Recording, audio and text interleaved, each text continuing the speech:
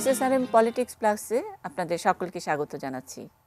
আমরা সকলেই জানি নতুন সরকার, নতুন মন্ত্রিসভা, নতুনে পুরনে মিলানো এই নতুন মন্ত্রিসভা নিয়ে অনেকেরই আগ্রহ। নতুন নতুন মুখ দেখছেন, অনেকেই প্রশ্ন করছেন কেমন হবে, কিভাবে চলবে আগামী 5 বছর, কি লক্ষ্যমাত্রা। সেসব নিয়ে আমাদের পলিটিক্স প্লাসের ধারাবাহিক আয়োজন হ্যালো মিনিস্টার। হ্যালো মিনিস্টারের আজকের পর্বে আমরা যাকে পেয়েছি বেসামরিক বিমান পরিবহন ও পর্যটন প্রতিমন্ত্রী মোহাম্মদ মাহবুব আলীকে। হবিগঞ্জ 4 থেকে নির্বাচিত, টানা দ্বিতীয়বার তিনি নির্বাচিত হয়েছেন। এই সংসদ সদস্য দায়িত্ব পেয়েছেন আকাশে শান্তির নীড়ের বিমান নিয়ে আমরা গত 10 বছরের কথা যদি চিন্তা করি, খুব ভালো কিছু বলতে পারিনি। দু একটি জায়গায় একটু সাফল্যের গল্প, কিন্তু প্রায় সব জায়গায় মুখ থুবড়ে পড়ার স্টোরি, আমরা যেটাকে বলি রিপোর্ট দিতে হয়েছে। সেরকম একটি চ্যালেঞ্জিং জায়গায় মাহবুব আলী কতটুকু নিজেকে যোগ্য মনে করছেন, হোমওয়ার্ক কী করেছেন, আর তার রাজনীতি, এখানে তো রাজনীতির উপরে রাজনীতি চলছে, সেসব নিয়ে কথা শুনব। আগে একটু ব্যক্তিগত কথা শুনতে চাই। স্বাগত জানাচ্ছি আমাদের এই অনুষ্ঠানে হ্যালো মিনিস্টারে। বাবার যোগ্য উত্তরসূরি কি আমরা বলতে পারি কিনা? আমরা জানি যে আপনার বাবা মাওলানা আসাদ আলী, তিনি প্রথম হবিগঞ্জ 4-এর প্রথম সংসদ সদস্য, সেই 70-এ বঙ্গবন্ধুর খুব কাছের মানুষ ছিলেন। আমরা কি আবার সেই এত বছর পরে এখনকার বঙ্গবন্ধুর কন্যার একজন বিশ্বস্ত সহচর হিসেবে আমরা বলতে পারি কিনা? ধন্যবাদ। আপনার মতো একজন বিচক্ষণ সাংবাদিকের প্রশ্নের মুখোমুখি হওয়ার জন্য আমি সর্বপ্রথমেই মাননীয় প্রধানমন্ত্রী বঙ্গবন্ধু কন্যা জননেত্রী শেখ হাসিনা নতুন মন্ত্রিপরিষদের একজন প্রতিমন্ত্রী হিসেবে আমাকে দায়িত্ব দেওয়ায় আমি ওনার প্রতি কৃতজ্ঞ। আর যে চ্যালেঞ্জিং পেশা বললেন, আমি যেই মুহূর্তে প্রথম টেলিফোন পেলাম ক্যাবিনেট সেক্রেটারির, যে মাননীয় প্রধানমন্ত্রীর আমাকে মন্ত্রী পরিষদে প্রতিমন্ত্রীর দায়িত্ব দিয়েছেন এবং বেসামরিক বিমান পরিবহন এবং পর্যটন মন্ত্রণালয়ের প্রতিমন্ত্রী হিসাবে দায়িত্ব পালন করতে হবে, চিঠি আসবে, এই নিউজটা জানার সঙ্গে সঙ্গে যতজন এই নিউজটা শুনেছেন প্রত্যেকেরই একই প্রশ্ন, যে একটা চ্যালেঞ্জিং মানে আপনার তো স্বপ্নের অতীত ছিল, তাই না? আমার ব্যাপারে অনেকটা সেই গান, এ জীবনে যতটুকু চেয়েছি মনে হয় তার বেশি পেয়েছি। তার বেশি পেয়েছেন, কিন্তু সেই বেশি পাওয়ার মধ্যেও তো একটা সীমা থাকে। আপনি তো বেশি ভোটও পেয়েছেন এবার সিলেট পুরো বিভাগের মধ্যে। ভোটের ব্যাপারে আপনি ইতিমধ্যে বলেছেন টানা 2 বার। আমি মূলত 2004 সনে 2004 থেকে আচ্ছা, আমার বাবা, আপনি ইতিমধ্যে বলেছেন উনি বঙ্গবন্ধুর একজন ঘনিষ্ঠ সহচর ছিলেন। আমার বাবা কলকাতা প্রেসিডেন্সি কলেজ থেকে পাশ করা এবং 1944-এ উনি কলকাতা বিশ্ববিদ্যালয় থেকে তৎকালীন সময়ে ডবল পাশ করেন। ব্যক্তিগত জীবনে একজন অবৈতনিক শিক্ষক, নিজে স্কুল প্রতিষ্ঠা করেছেন, একের পর এক কলেজ প্রতিষ্ঠা করেছেন এবং নিজে শ্রম দিয়েছেন। ওই অবস্থায় বঙ্গবন্ধু ওনাকে মনোনয়ন দিয়েছেন 1970 সনে। মূলত দরিদ্রের সঙ্গে লড়াই করা একজন লোক ছিলেন আমার পিতা, কিন্তু আদর্শ থেকে কোনো সময় পিছপা হন নেই। বঙ্গবন্ধুর সেই 1975-এর 15ই আগস্টের পরে আমি দেখেছি আমার পিতার চোখ দিয়ে অজরে পানি ঝরতে। আমিও মূলত পারিবারিক সাকসেসার হিসেবে বলতে পারেন রাজনীতিতে। ছোটোবেলা থেকেই ছাত্র রাজনীতির সাথে জড়িত। আমি ব্রাহ্মণবাড়িয়া সরকারি কলেজে 1981 সনে ছাত্র সংসদ নির্বাচনে আমি জেনারেল সেক্রেটারি পদে প্রতিদ্বন্দ্বিতা করি। পরবর্তীকালে আইন পেশায় নিয়োজিত হওয়ার পর থেকে আইনজীবীদের সমস্ত আন্দোলনে আমি চেষ্টা করেছি আমার অবস্থান থেকে আমি আমাদের মাননীয় প্রধানমন্ত্রী জননেত্রী শেখ হাসিনার ভাবমূর্তিকে যাতে উজ্জ্বল হয়, আমাদের মানুষের অধিকার যাতে প্রতিষ্ঠিত হয়, গণতন্ত্রকে সামরিক শাসন থেকে দেশে গণতন্ত্র পুনরুদ্ধারের ক্ষেত্রে জননেত্রী শেখ হাসিনার নেতৃত্বে যে আন্দোলনের সূচনা হয়েছিল, সেই আন্দোলনে আমি একজন সামনের কাতারে থেকে আমি আমার অবদান রাখার চেষ্টা করেছি। সুপ্রিম কোর্টে আমি 2003-2004 সনে সেক্রেটারি হিসেবে বিপুল ভোটে নির্বাচিত হই। আমি চেষ্টা করেছি আমার দায়িত্ব পালন করার সর্বোচ্চটুকু দিয়ে, এবং আমার বিশ্বাস মাননীয় প্রধানমন্ত্রী বঙ্গবন্ধু কন্যা। জি, আপনি সব কিছুতেই একটু বেশি বেশি আপনি বলছিলেন যে সময় ফোন পেয়েছেন ক্যাবিনেট সেক্রেটারি, তখন ভাবতেও পারেননি। আপনি ফোন পেয়েছেন, আপনি মন্ত্রিত্ব পাচ্ছেন, কিন্তু বিমান পাচ্ছেন, এটা কি ভেবেছেন? আমি ফোনটা পাওয়ার পর আমি নিজেও কনফিউজ ছিলাম। আমার ধারণা ছিল, আমার যতটুকু জানা ছিল, যে একটা ফোন আসে মন্ত্রণালয়ের দায়িত্ব, কালকে শপথ হবে, জি সেই শপথ অনুষ্ঠানে উপস্থিত থাকার। কিন্তু ওই সময় মন্ত্রণালয়ের দায়িত্ব বন্টন করা, এটা জি আমিও কনফিউজ ছিলাম কিছুটা। জি যার ফলে আমি কাউকে তেমনভাবে বলি নাই, শুধু জানার চেষ্টা করেছি যে এই ফোনটা ক্যাবিনেট ডিভিশন থেকে এসছে কিনা। পরপর কয়েকজন তল্লাশি চালান এবং তারা আমাকে জানান যে এটা ক্যাবিনেট সেক্রেটারির অফিস থেকে এই টেলিফোনটা আসছে। আচ্ছা, ইঙ্গিত পেয়েছিলেন কখনো প্রধানমন্ত্রীর কথাবার্তা আভাসে কখনো পেয়েছিলেন কিনা যে দায়িত্ব, আরো বেশি দায়িত্ব নিতে হবে, আরো কাজ করতে হবে, তিনি যেমন করে বলেন?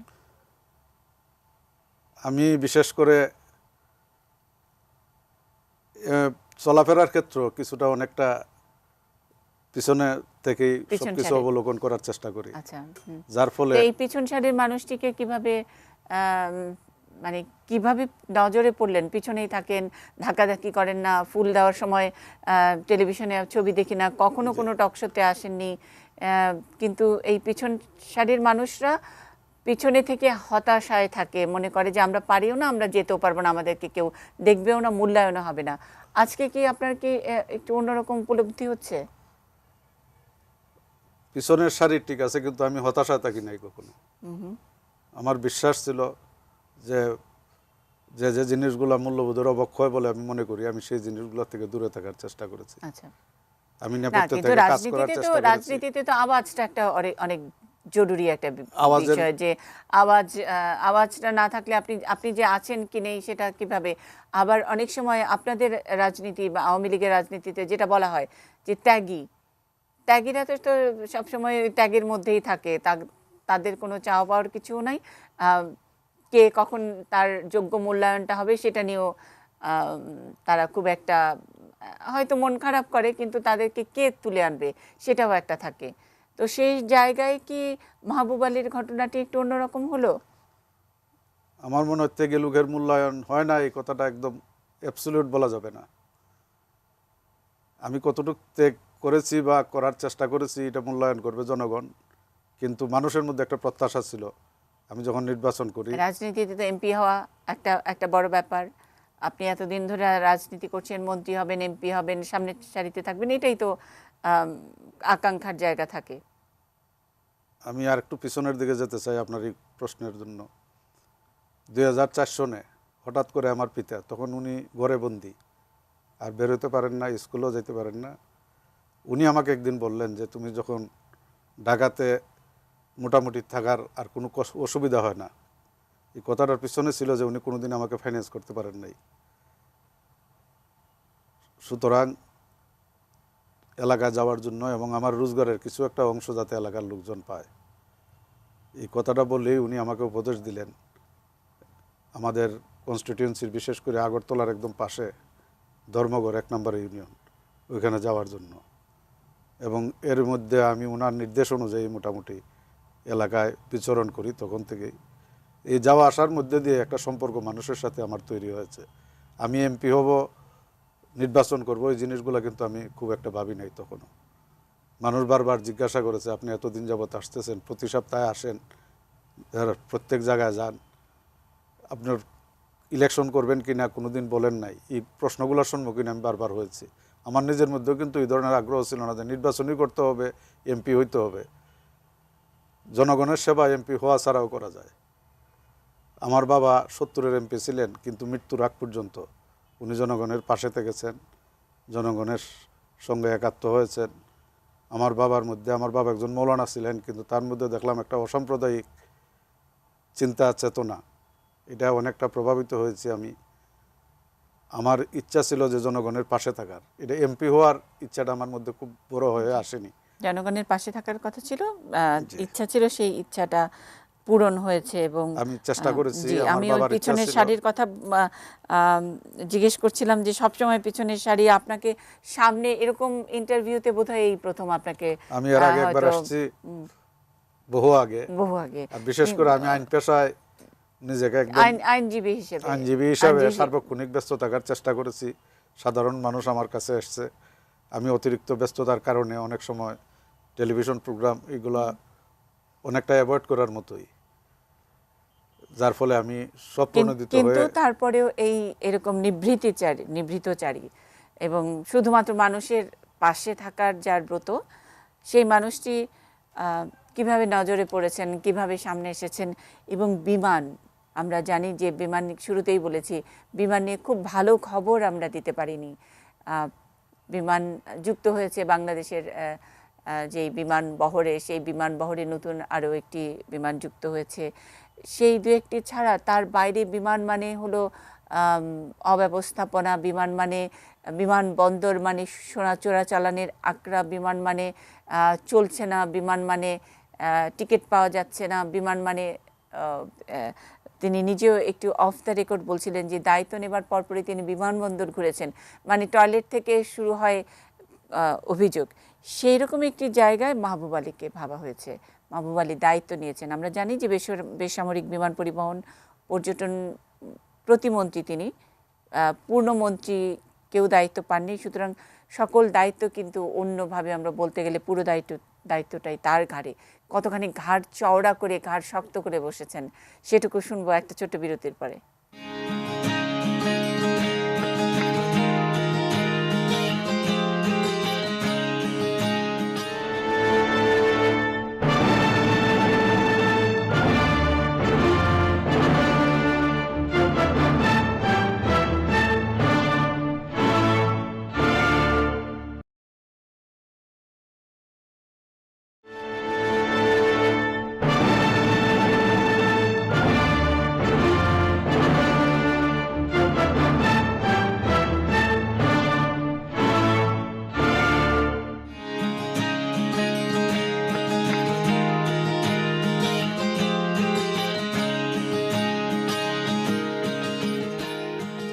SSRM পলিটিক্স প্লাস, আমরা হ্যালো মিনিস্টার পর্বে আছি।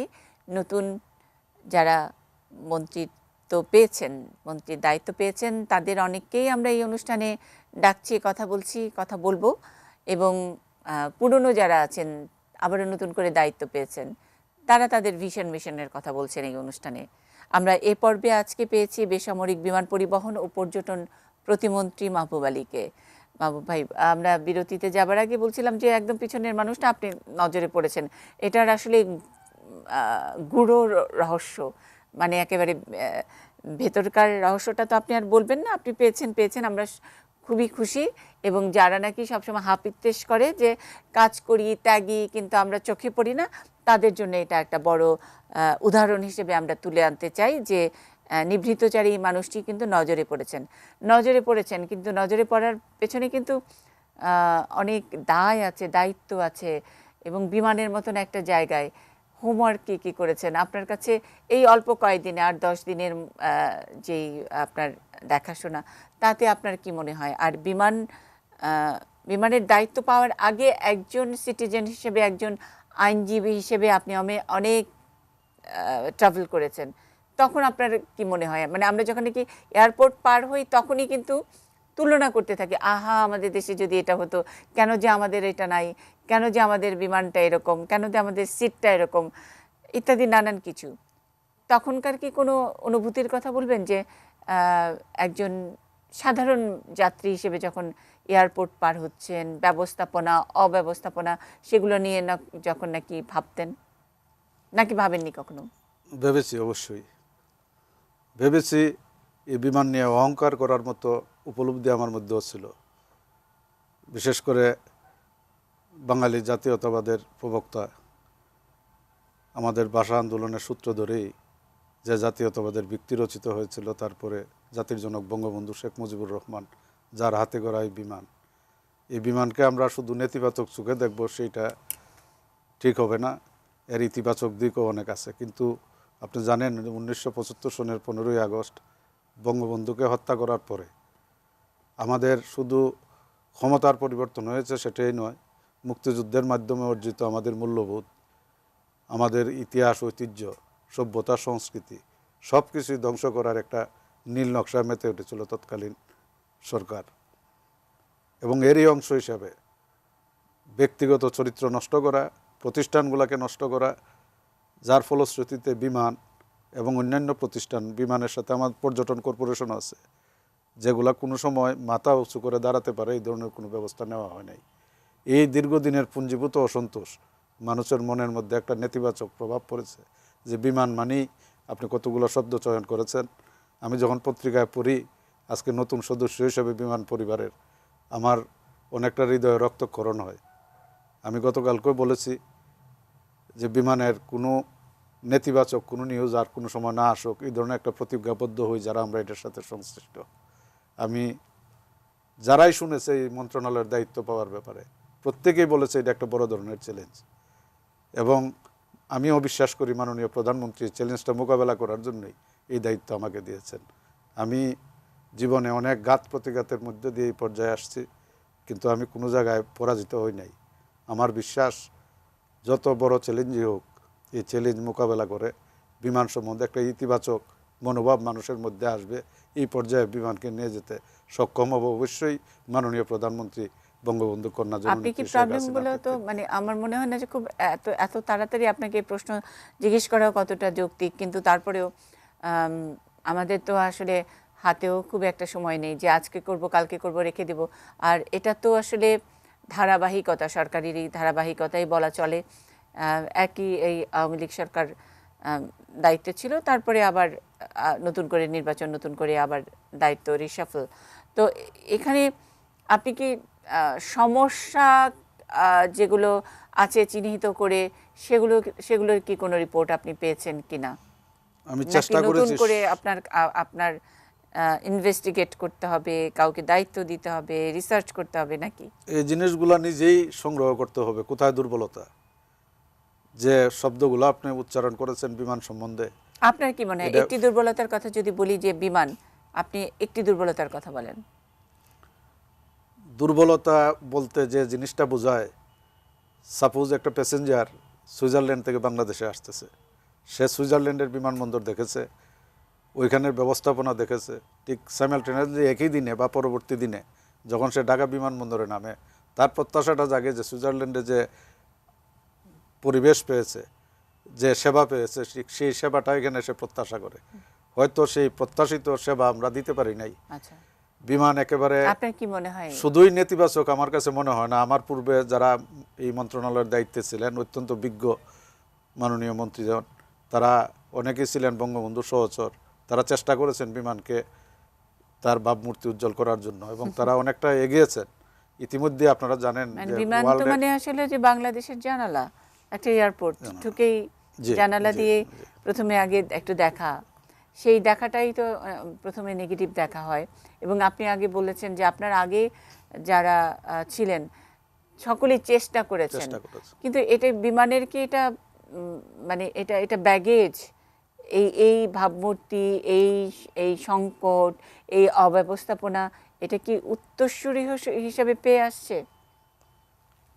অনেকটা তাই। আমি এর আগেও আপনাকে কিছুক্ষণ আগে যে আলোচনাটা আমরা করলাম যে 1975 সনের 15ই আগস্টের পরে যে ব্যবস্থাপনা এই দেশে এসেছিল, এই পুঞ্জীভূত সমস্যা ওইসব কারণেই। দেশে গণতন্ত্র ছিল না, আইনের শাসন ছিল না, বিমান বা এই ধরনের পর্যটন কর্পোরেশন এগুলো একটা লুটপাটের প্রতিষ্ঠান হিসেবেই তারা বিবেচনা করেছে এবং সেই অনুযায়ী কাজ করেছে। এখন দীর্ঘদিনের পুঞ্জীভূত সমস্যাগুলো দূরীকরণের ক্ষেত্রে, আর বিশেষ করে বিমান, এটা একটা সার্ভিস ওরিয়েন্টেড প্রতিষ্ঠান, এখানে শুধু লাভই হইতে হবে সেটা না। আমাদের পার্শ্ববর্তী দেশ ভারত, যারা সারা পৃথিবী দাপটের সাথে ব্যবসা করে, তারাও কিন্তু বিমানের ব্যবসা খুব ভালো করতে পারে নাই। হোয়ারেজ মিডল ইস্টে যাদের অন্যান্য ব্যাপারে সক্ষমতা খুব আমরা একটা দেখতে পাই না, কিন্তু দেখা যায় বিমানের ব্যবসার ক্ষেত্রে তাদের এয়ারলাইন্সগুলো খুব ভালো ব্যবসা আমরা করছে। দুবাই এয়ারপোর্টকে দেখি যে দুবাই সবচেয়ে বেশি এয়ারপোর্ট, লাভজনক, এবং তারা ব্যবসা করছে, এমিরেটস সবচেয়ে ভালো ভালো ব্যবসা করছে যে। করছে। তো সেই দৃষ্টিকোণ থেকে চিন্তা করলে বিমান একেবারে খারাপ পর্যায়ে আছে বলা যাবে না, আমাদের ইতিবাচক দিকও আছে। ইতিমধ্যেই মাননীয় প্রধানমন্ত্রী গত ডিসেম্বরের দিকে 2টা ড্রিম লাইনার এনেছেন এবং এটা অত্যন্ত লেটেস্ট বিমান 787, এবং এটা সংযোজিত হয়েছে। আগামী সেপ্টেম্বরে আরও 2টা ড্রিম লাইনার আসতেছে। আমরা বিভিন্ন রুটে মানে এগুলা আপনি কি সংকট বলতে কি সেটা বুঝছেন যে আমাদের ড্রিম লাইনার একটা আছে কি দুইটা আছে সেটা, নাকি ম্যানেজমেন্ট, নাকি আমরা আমাদের যেটাই আছে, আমাদের যদি ছোট্ট একটা কাঠের নৌকাও থাকে, কাঠের বিমানও থাকে, তাইলেও তো সেটার গুড ম্যানেজমেন্টের জায়গায় আমাদের ঘাটতি আছে, কি মনে করেন? আমি আপনার এই প্রশ্নের সাথে দ্বিমত করব না। ম্যানেজমেন্টে অবশ্যই কিছুটা প্রতিবন্ধকতা আছে। তা আমাদের ফাইন্ড আউট করতে হবে কোথায় সমস্যার চিহ্নিত করে সমাধানের খুব দ্রুত পদক্ষেপ নেওয়ার সময় এসছে। আমি বিশ্বাস করি যে ম্যানেজমেন্টগুলা একটা যাত্রী যখন বিমানবন্দরে আসে তার পারসেপশনটা যাতে বিমান মাটিতে ল্যান্ড করার আগেই যাতে একটা ভালো হয় সেই উদ্দেশ্যে কাজ করা। আমি ইতিমধ্যে বিমানবন্দরে গিয়েছি, 2 দিন দায়িত্ব পালন করার পরে 3য় দিনই আমি বিমানবন্দরে গিয়েছি। যত্রতত্র ছড়ানো ছিটানো কিছু জিনিস দেখলাম। আমি আলোচনা করেছি এটার কারণ। দেখা যায় যে যারা ইম্পোর্টার, সিএনএফ এজেন্ট, বন্ডের আওতায় যেসব মালামাল এসছে তারা ওইখানে এই মালামালগুলো সরিয়ে নিচ্ছে না, যার ফলে এই ধরনের একটা ব্যবস্থাপনা এখনো বিদ্যমান। আমি দ্রুত সমাধানের জন্য মানে মন্ত্রীর কি দায়িত্ব আসলে ময়লা কোথায় পড়ে আছে, কোথায় ব্যাগটা আসতে দেরি হচ্ছে, এইগুলা দেখভাল করা, নাকি আমরা আর যেহেতু জনগণের প্রতিনিধি আমি বিশ্বাস করি যে সমস্ত কিছুই দেখার একটা দায়িত্ব আমাদের উপর পড়তায়। আচ্ছা, নাকি এটা একটা সিস্টেম, এটা একটা চেইন অফ কমান্ড, যে যার কাজটা ঠিকঠাক মতন করে মানলে জানলে এবং যোগ্য লোক থাকলে এটা এমনিতেই চলবে এবং আরো ভালো চলবে? অ্যাবসলিউটলি। আপনার যার যার অবস্থান থেকে যার যার দায়িত্ব পালন করা এটাই হলো সবচেয়ে বড় প্রয়োজন আজকে দেশে।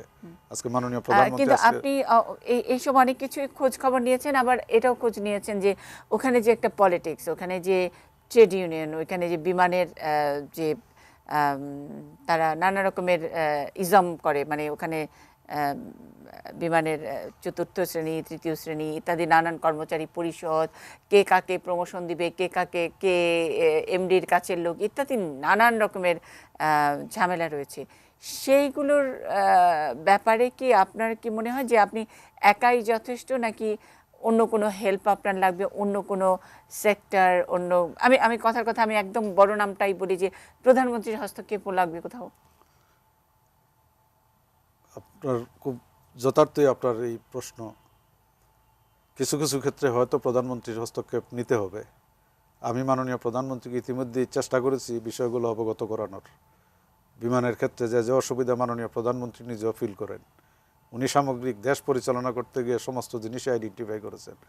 এবং বিমানের ক্ষেত্রে বিশেষ করে আমি যে কথাটা প্রথমেই বলেছি যে যতজন লোক প্রথম জানতে পেরেছে যে আমি মন্ত্রণালয়ের দায়িত্ব পেতে যাচ্ছি বা পেয়েছি, সবাই এই প্রশ্নটা করেছেন যে মাননীয় প্রধানমন্ত্রী আপনি যে বললেন যে নেপথ্যে থাকা, উনি নেপথ্যে থাকা লোকই হয়তো চয়েস করেছেন বলে মনে হয় সবার ধারণা। হয়তো ধারণাটা সঠিক যে এই জিনিসগুলা আমাদের সবাইকে নিয়ে অগ্রসর হতে হবে। আমি ব্যক্তিগতভাবে খুব কিছু করে ফেলতে পারবো ওই ধরনের না, বক্তব্যের মধ্যে সীমাবদ্ধ না থেকে কাজের মধ্যে সীমাবদ্ধ হইতে হবে।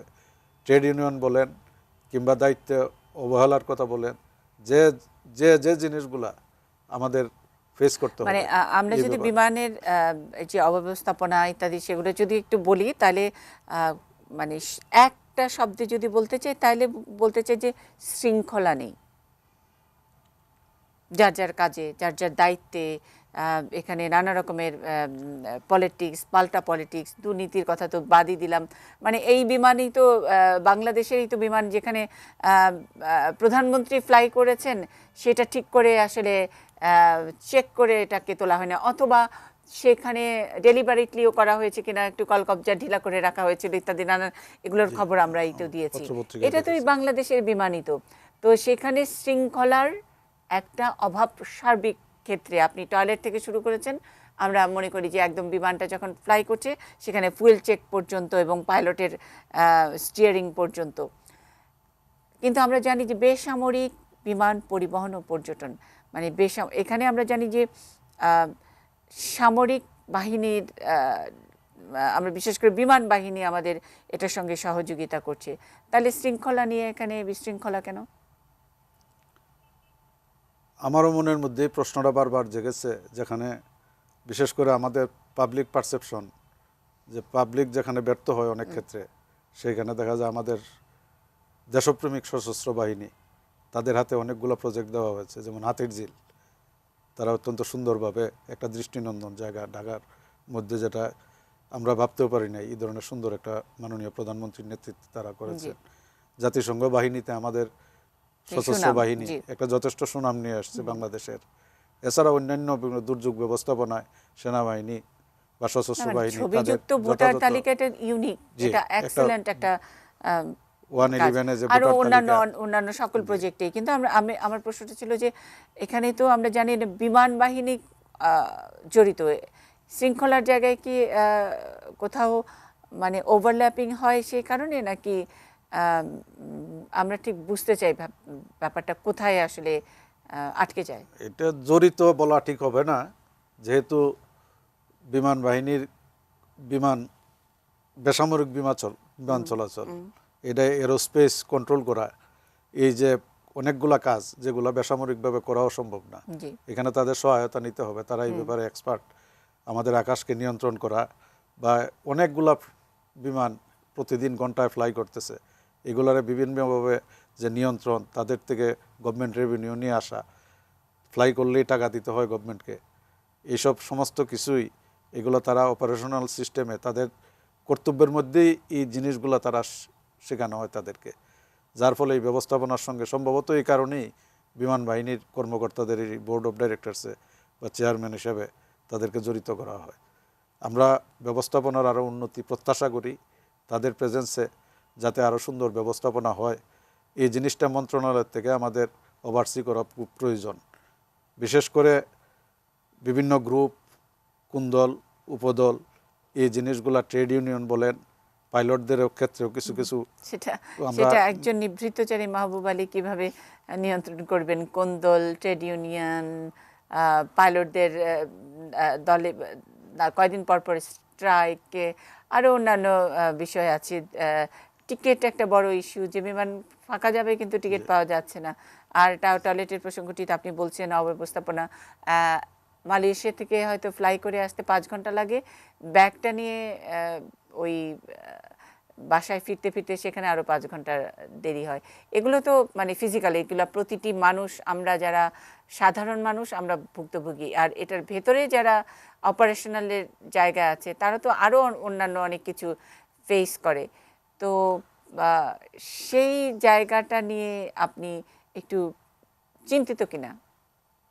প্রথমত ডেফিনেটলি চিন্তিত বললে আমাদের আস্থা এবং বিশ্বাসের জায়গাটা খুঁজে পেতে হবে সবার আগে। বিমান একেবারে সার্ভিস দিচ্ছে না এটা বলা যাবে না। আপনার যে এলিগেশন, আমরা ইতিমধ্যেই আমি বিমানবন্দরে গিয়েছি, প্রতিদিন ডে টু ডে আমি এই জিনিসগুলো বিভিন্ন লোকের কাছ থেকে জানারও চেষ্টা করেছি। ইদানিং লাগেজ আসতে খুব একটা সময় নিচ্ছে বলে আমার কাছে এই ধরনের কোনো অভিযোগ আসেনি। আধা ঘন্টার মধ্যেই লাগেজ পাওয়া যাচ্ছে। মানে সেটাকে আপনি দায়িত্ব নেওয়ার পরে এটা একটু স্পিড আপ হয়েছে? মানে আপনার দায়িত্বের খবর শুনে আমি দায়িত্ব নেওয়ার প্রথম দিনই তাদের সঙ্গে আলোচনা করেছি। আমার অভিজ্ঞতার আলোকে আমি জিনিসগুলো তাদের সামনে তুলে ধরেছি। এবং বিমানবন্দরে গিয়ে লাগেজের ব্যাপারে বিভিন্ন অভিযোগ আমরা শুনতে পাই। আমি বেসামরিক বিমান চলাচল কর্তৃপক্ষের চেয়ারম্যান সাহেব, ওনাকে সঙ্গে নিয়ে আমি গিয়েছি, যে লাগেজ বেল্টের পিছনের যে কাজকর্ম এগুলো আমি তদারকি করার চেষ্টা করেছি, এবং ওইখানে ক্লোজ সার্কিট ক্যামেরা বসিয়ে এটা যাতে ক্লোজলি মনিটর করা হয়, যে যাতে কেউ লাগেজ কোনোভাবে অব্যবস্থাপনার শিকার না হয়, এই ধরনের জিনিস নিয়ন্ত্রণে আনা, এবং যদি কোনো ধরনের দোষী পাওয়া যায় এই ব্যাপারে কাউকে শক্ত হাতে তাদেরকে দমন করা, আইনের আওতায় নিয়ে আসা, এই ব্যাপারে প্রয়োজনীয় পদক্ষেপ তারা নেবেন।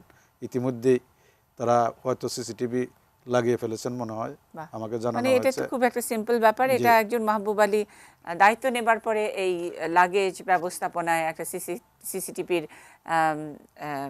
নিয়ন্ত্রণের মধ্যে আনা, আমরা বিস্মিত। আমাদের মনে হয়েছিল যে এটা জন্ম থেকেই এই ব্যবস্থাপনাটা সিসিটিভির নিয়ন্ত্রণে আছে। ভাগ্যিস মাহবুব আলী এই দায়িত্বটি পেয়েছিলেন। অন্তত ওইখানে তো এক ধরনের নিয়ন্ত্রণ এসছে, আশা করি আরও অন্যান্য জায়গায় নিয়ন্ত্রণগুলো আসবে। আমরা হ্যালো মিনিস্টারে মাহবুব আলীর কাছে আরও কিছু শুনবো, আরেকটা ছোট্ট বিরতি।